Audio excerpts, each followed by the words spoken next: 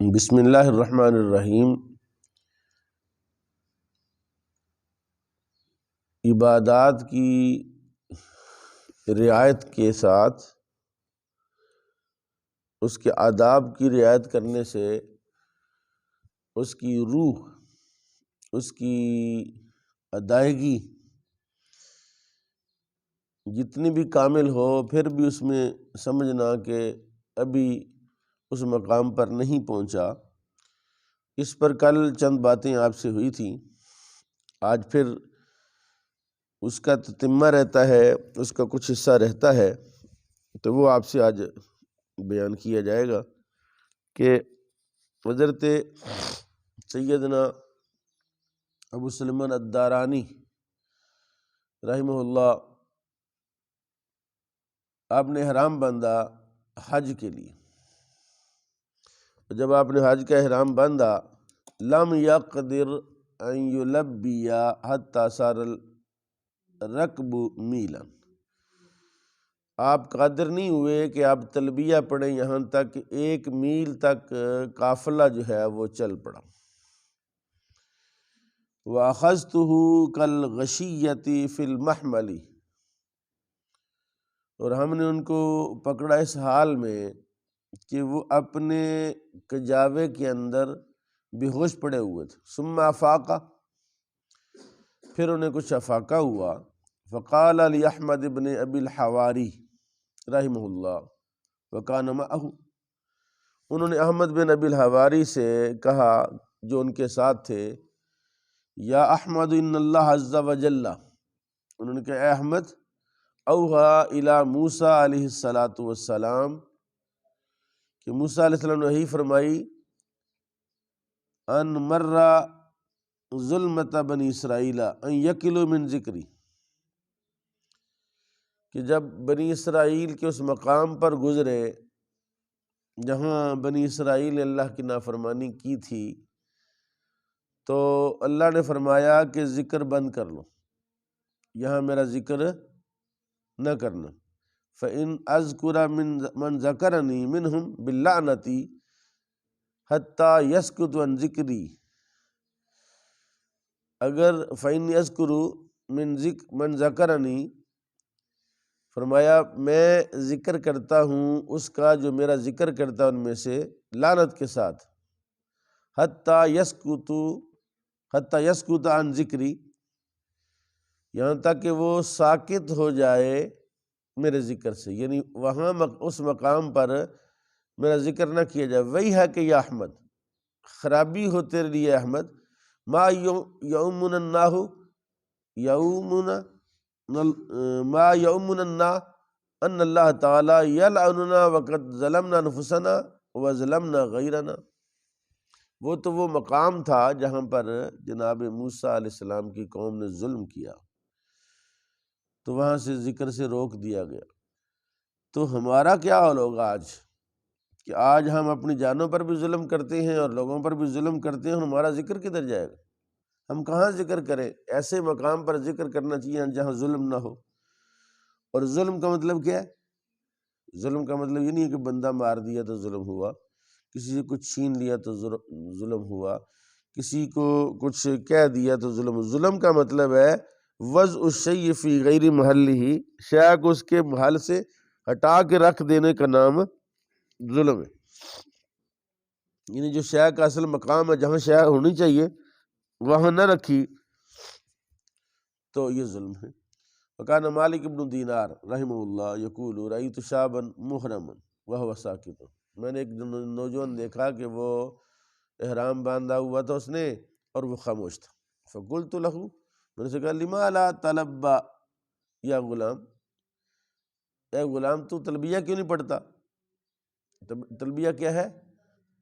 لبیک اللہم لبیک۔ فقال علی یا شیخ وما تغنی عنی التلبیۃ، کہا اے شیخ میں بے نیاز نہیں ہوں اپنے تلبیہ سے، وقد سبق منی ذنوبا وجرائم وکبائها وفدائها لا تحصى، میں نے بڑے گناہ کیے ہیں، بڑے جرم کیے ہیں، بڑی قباحتیں ہیں میرے اندر، تو بڑے فضائل ہیں جن کو گنا نہیں جا سکتا. یعنی میں نے اتنے جرم کیے، اتنے گناہ کیے، اتنی قباحتیں میرے اندر کہ جن کو گنا نہیں جا سکتا. فاخاف، مجھے ڈر ہے، اذا انا لبیت، جب میں تلبیہ پڑھوں، ان یقال لی، کہ میرے لیے کہا جائے، لا لبیک ولا سعدیک ولا اسمع کلامک ولا انظر الیک، کہ مجھے خطرہ ہے، مجھے خوف ہے کہ مجھے کہا جائے کہ لا لبیک، تو حاضر نہیں ہے، لا صادق، تیرے لیے کوئی سعادت نہیں ہے، لا اسمع کلامک، تیری بات ہم سنیں گے ہی نہیں، نہ تیری طرف دیکھیں گے. حضرت مالک کہتے فقلت لہ، میں نے اسے کہا، یا ولدی ان اللہ تعالیٰ کریم غفور، اے میرے اے بچے، اے نوجوان، اللہ کریم ہے، اللہ غفور ہے، تو پڑھو. کالا اوا تشیر علی بتلبیتی، یعنی آپ مجھے مشورہ دے رہے ہیں کہ میں تلبیہ پڑھوں؟ قلت نعم، میں نے کہا ہاں. فوقع جنبہ علی الارض، تو وہ ایک پہلو کے بل زمین پر گر گیا. وقال لبیک، فشہک، لبیک کہا تو اس نے چیخ ماری. وخرجت روحہ رحمہ اللہ تعالی، اس کی روح قفص عنصری سے پرواز کر گئی. یعنی اللہ تعالیٰ کے ساتھ تعلق، ایک ہے کہ ہمارا تعلق اللہ کے ساتھ ہے نا، اللہ ہمارے ساتھ، ہم اللہ کے ساتھ ہے، لیکن اللہ کی معرفت نہیں ہے. کہ وہ جو تعلق ہے وہ کس درجے کا ہے، کتنی دوری ہے. آپ اور میں بیٹھے ہوئے ہیں، آپ قریب قریب بیٹھے ہوئے ہیں، تو میں آپ کچھ فاصلے پر بیٹھا ہوں، ادھر وہ بیٹھے ہوئے ہیں، تو ہمارا آپس، ہم ساتھ ہیں، تو ہمارا کوئی ساتھ ہونے کی صورت ہے. اللہ تعالیٰ کی جو معیت ہے اس کو تو ہم سمجھ نہیں سکتے، لیکن وہ خوش نصیب لوگ جن کو اس کی معیت سمجھ آتی. ان اللہ مع المتقین، اللہ متقین کے ساتھ.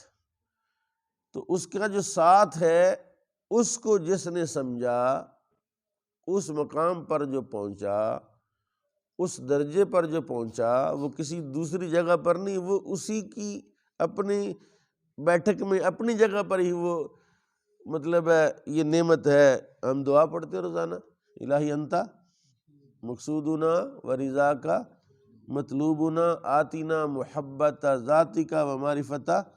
یہ جو صفات کی معرفت ہے، پھر ذات کی جو محبت ہے، اس نوجوان کو پتہ نہیں وہ کتنا قرب کا مقام حاصل تھا کہ جو اللہ تعالیٰ کو اس طرح اپنے سامنے محسوس کر رہا تھا اور سمجھ رہا تھا کہ اگر میں نے لبیک کہا تو شاید مجھے، ہم اگر لبیک کہیں تو ہمیں خطرہ ہے کسی کو کہ اللہ تعالیٰ اگر نہیں لا لبیک، ہم تو پڑھتے جاتے ہیں، ذکر کرتے جاتے ہیں، ظلم بھی کرتے جاتے ہیں، غفلت بھی کرتے جاتے ہیں، کوتاہیاں بھی کرتے جاتے ہیں ساتھ، کبھی نماز پڑھ لی، کبھی پھر چھٹی، کبھی پھر ذکر کی چھٹی، کبھی پھر اللہ کی ذات کا خیال نہیں، ادراک نہیں، احساس نہیں. تو وہ ایسے لوگ، ایسا بندہ کہ جس کو اتنی قربت حاصل ہوئی رب تعالیٰ سے کہ حضرت مالک بن دینار کہتے ہیں کہ میں نے اسے کہا، یا ولدی ان اللہ تعالیٰ کریم و غفور، اللہ کریم اور غفور ہے. مالک بن دینار بھی تو ایک مقام رکھتے تھے، لیکن اس نوجوان کا مقام کیا تھا کہ اس نے اتنی بات کہی تو اس کی روح جو ہے وہ اس کے قفص عنصری سے پرواز کر گئی. اس کیفیت کو سمجھنے کا نام ہی حب الہی ہے. اس کیفیت کو سمجھنے کا نام ہی وہ جو مقصود اور مطلوب ہے انسانیت کا. حضرت فضیل بن عیاض فرماتے ہیں، حج سفیان الثوری، سفیان ثوری نے حج کیا، ماشین من البصرہ، پیدل چل کے، بصرہ سے پیدل گئے، بصرہ سے.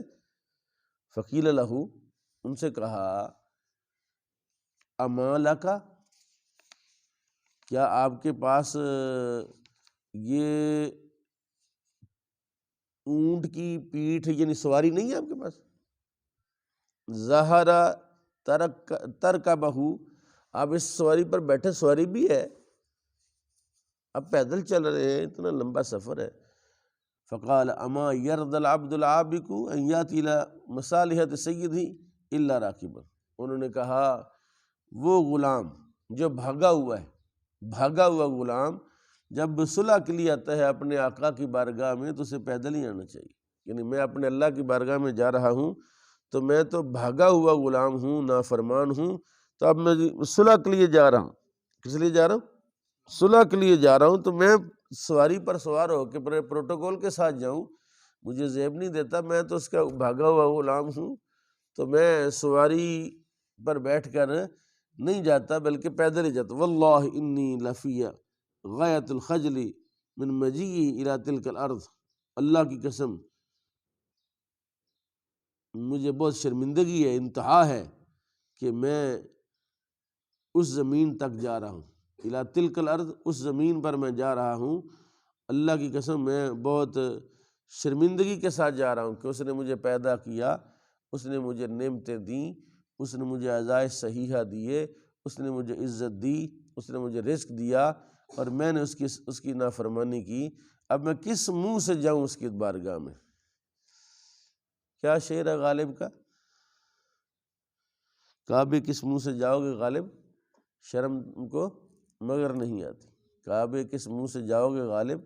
یعنی ایک بندہ ساری زندگی اللہ کی نافرمانیاں کرتا رہے، اللہ تعالیٰ کی بارگاہ کی سرکشیاں کرتا رہے، پھر وہ دوڑا دوڑا کعبے بھی چلا جائے، تو وہ پھر ایک وہ بندہ جس کو کوئی حیا ہو، شرم ہو، احساس ہو، ادراک ہو، وہ تو پھر تھوڑا سوچ سمجھ کے جائے گا، یا جائے گا تو ہوتا ہے نا کسی بندے کے آپس میں کوئی بندہ کسی سے زیادتی کر رہا ہے، کوئی اس طرح معاملہ، پھر اسے بندے کو شرم آتی ہے۔ وقد کان ابو سلیمان الدارانی رحمہ اللہ تعالیٰ یقول رأیت شابا مصفر اللون، میں نے ایک لڑکا دیکھا اس کا رنگ زرد تھا، وہو متعلق باستار الکعبۃ، اور کعبے کے غلاف کے ساتھ وہ لٹکا ہوا تھا، وہو یقول اللہم ان لک علی حقوقا، یا اللہ تیرے مجھ پر حقوق ہیں، فتصدق بہا علی، وہ مجھے معاف کر دے، تیرے مجھ پر جو حقوق ہیں وہ مجھے، انا لعبادک علی حقوقا، تیرے بندوں کے مجھ پر حقوق ہیں، فتحملها عنی من فضلک، تو ان حقوق کو مجھ سے اپنے فضل سے اٹھا لے، وقد تم فضلک علی، اور تحقیق تیرا فضل مجھ پر مکمل ہو گیا۔ وقد سمعت سید علی الخواص، میں نے حضرت علی الخواص رحمہ اللہ سے سنا ہے، کیا فرماتے تھے، لقد ادرک الناس، ہم نے لوگوں کو دیکھا ہے، وہم یحجون علی الراحلۃ من غیر محمل ولا مظلۃ، کہ وہ سواریوں ننگے بغیر کجاوے کے، بغیر زین کے، بغیر کاٹھی کے، بغیر سیٹ کے سواریوں پر بیٹھتے تھے۔ آج کل تو گاڑیاں موٹر سائیکلیں ہیں نا، پہلے زمانے میں جو گھوڑی ہوتی تھی اس پر ایک کاٹھی لگی ہوتی تھی، اس کو اس کے ساتھ اوپر کستے تھے، جس کے اوپر بندہ آسانی سے بیٹھ جاتا تھا، چمڑے کی ہوتی تھی۔ ہائے ہائے ہائے، پھر وہ جو کاٹھی ہوتی تھی اس کی بڑی زین ہوتی تھی، تو حضرت علی الخواص کہتے ہیں میں نے دیکھا کہ لوگ ایسے لوگوں کو کہ جنہوں نے نہ کاٹھی رکھی نہ اوپر کوئی سایہ کیا، اتنی گرم علاقے سے گزرے تو اوپر سایہ بھی کر لیتے تھے، کجاوا بنا لیتے تھے۔ وہ یقولون، اور کہتے تھے، المحرم اشعث اغبر، کہ جو احرام والا ہے وہ اشعث، پراگندہ بال، پراگندہ خیالات، پراگندہ بال، پراگندہ خیال، وہذا ینافی ذلک، کہتے یہ اس سے منافی ہے، یہ مناسب نہیں ہے۔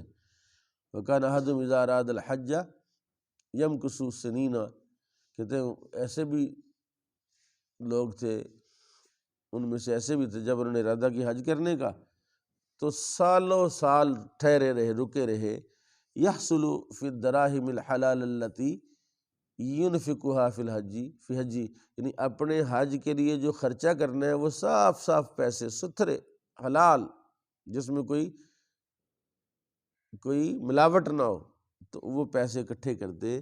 وَكَانُوا لَا يَسْتَعِينُونَ فِي حَجِّهِمْ بِشَيْءٍ مِّنْ أَمْوَالِ الْوُلَاةِ وَلَا أَعْوَانِهِمْ.